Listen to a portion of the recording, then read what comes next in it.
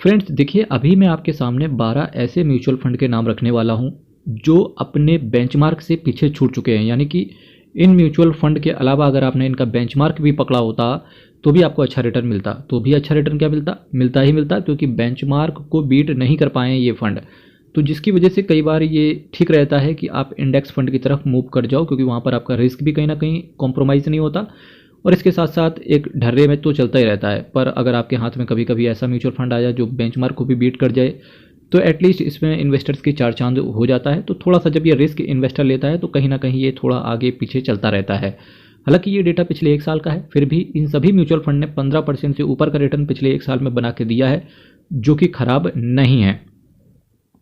फिर भी कुछ म्यूचुअल फंड के नाम बताना चाहूँगा। Taurus flexicap fund direct growth, ये जिस बेंचमार्क को फॉलो करता है BSE 500 TRI को, तो इसको बीट नहीं कर पाया है। अच्छा रिटर्न दिया है।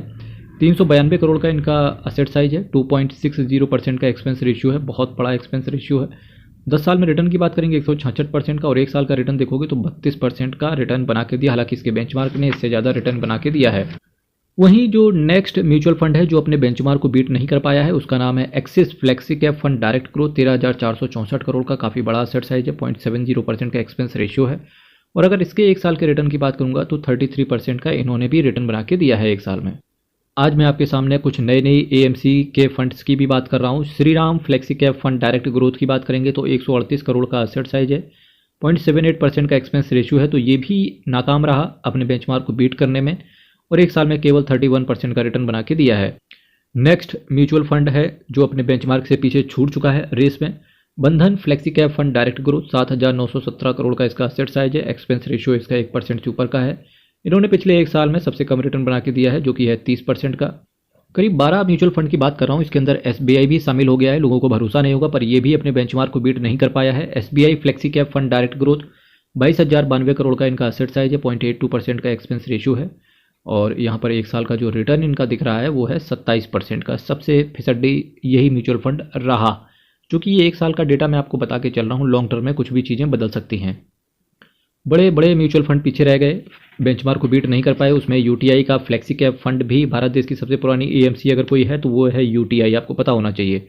UTI flexicap fund direct growth की बात करेंगे 27,706 करोड़ का। लोग भरोसा भी करते हैं इस पर, और 1% का एक्सपेंस रेशियो इसी भरोसे की बदौलत है।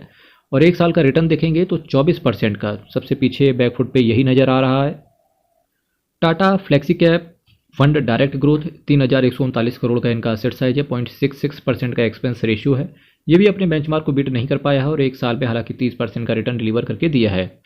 LIC mutual fund flexicap fund direct growth की बात करेंगे तो 1134 करोड़ का असेट साइज है। 1.35% का एक्सपेंस रेशियो है, जो कि ज़्यादा दिख रहा है यहाँ से। एक साल का रिटर्न 32% का इन्होंने बना के दिया है। Kotak flexicap fund direct growth की बात करेंगे तो 53,844 करोड़ का असेट साइज है, और ये भी अपने बेंचमार्क को फॉलो नहीं कर पाया है। आपको एक चीज़ पता होना चाहिए, ये सभी एक ही बेंचमार्क को फॉलो करके चल रहे हैं, जो कि है निफ्टी 500 TRI। 0.60% का एक्सपेंस रेशियो है। अगर इसके एक साल के रिटर्न की बात करेंगे तो 31% का एब्सोल्यूट रहा है। नावी, जी हाँ, नावी फ्लेक्सीकैप फंड डायरेक्ट ग्रोथ की बात करेंगे तो 281 करोड़ का असेट साइज है। 0.43% का एक्सपेंस रेशियो है। और देखिए, इस समय शेयर मार्केट लगातार गिर रहा है, तो जो लोग पैसे रखे हुए थे कि भाई जब मार्केट गिरेगा तो पैसे डालेंगे, अभी 2-4 दिन मार्केट और गिर जाने दो, उसके बाद अपनी SIP लमसम को कंटिन्यू रखिए, क्योंकि 1 लाख करोड़ के ऊपर का जो FIIs हैं वो बेच के जा चुके हैं। इसका आधा भी अगर इन्होंने खरीद लिया वापस से आके, और जो कि आएंगे ही आएंगे, आधा छोड़ दो 1/3 भी खरीद लिया ना, तो भी हम नए हाई को पहुँच जाएंगे। तो यहाँ से आपको डरना नहीं है, सिर्फ आपको क्या करना है, कंसिस्टेंसी बनाए रखनी है। भरोसा रखिए अपनी गणित पे, अपने फाइनेंशियल एडवाइजर पे। किसी भी अच्छे म्यूचुअल फंड, किसी भी अच्छे शेयर के अंदर पैसे डालने से पहले एक बार अपने फाइनेंशियल एडवाइजर से जरूर समझना। और बाकी जो मैं बार बार बोलता हूँ कि रिस्क है रिस्क है रिस्क है, तो जनरली लोग कहेंगे अरे इसको तो बोर हो गया, इसको तो सुनते सुनते। आपको बोर नहीं होना है, बस यही रिस्क है जिससे आपको आज डर रहे हैं कि शेयर मार्केट गिर रहा है। किसी दिन शेयर मार्केट पॉजिटिव होता है पर आपका पोर्टफोलियो निगेटिव होता है, बस यही डर है। और डर क्या है, यही रिस्क है। जब मैं हर दिन हर बार रिस्क की बात करता हूँ, बस इसी दिन के लिए आपको प्रिपेयर करता हूँ कि जब ऐसा दिन आए तो आप एटलीस्ट डट के बिल्कुल तूफानों में सीना चौड़ा करके खड़े रहो कि ठीक है, ये हमें पहले ही पता था। Motilal Oswal flexicap fund direct growth की बात करेंगे तो 12,023 करोड़ का इसका असेट साइज है, और ये भी अपने बेंचमार्क को बीट नहीं कर पाया है, और इसका बेंचमार्क सेम है निफ्टी 500। और एक साल का रिटर्न है 48% का। अदर से तो फिर भी सबसे अच्छा रिटर्न इसने बना के दिया है। लास्ट जो म्यूचुअल फंड है जिसने अपने बेंचमार्क को बीट नहीं किया है वो भी फ्लेक्सीकैप कैटेगरी में, Aditya Birla Sun Life flexi cap fund direct growth 22,506 crore का एसेट साइज है, 0.91% का एक्सपेंस रेशियो है। एक साल का रिटर्न की बात करेंगे तो 34% का एब्सोल्यूट रिटर्न इन्होंने डिलीवर करके दिया है। तो आज मैंने आपके सामने टोटल 12 म्यूचुअल फंड रखे, वो भी फ्लेक्सी कैप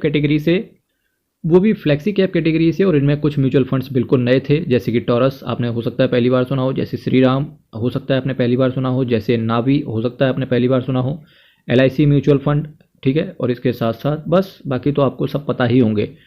बाकी चैनल को सब्सक्राइब कीजिएगा, वीडियो को लाइक कीजिएगा। अच्छा, एक क्वेश्चन है, अगर कोई वीडियो ये पूरा देख रहा है तो ये बताइएगा इसमें से कौन सा ऐसा म्यूचुअल फंड छूट गया है फ्लेक्सी कैप कैटेगरी में जिसने अपने बेंचमार्क को बीट करके रखा हुआ है और बहुत कम AMC के साथ वो बहुत कम फंड्स के साथ वो आता है।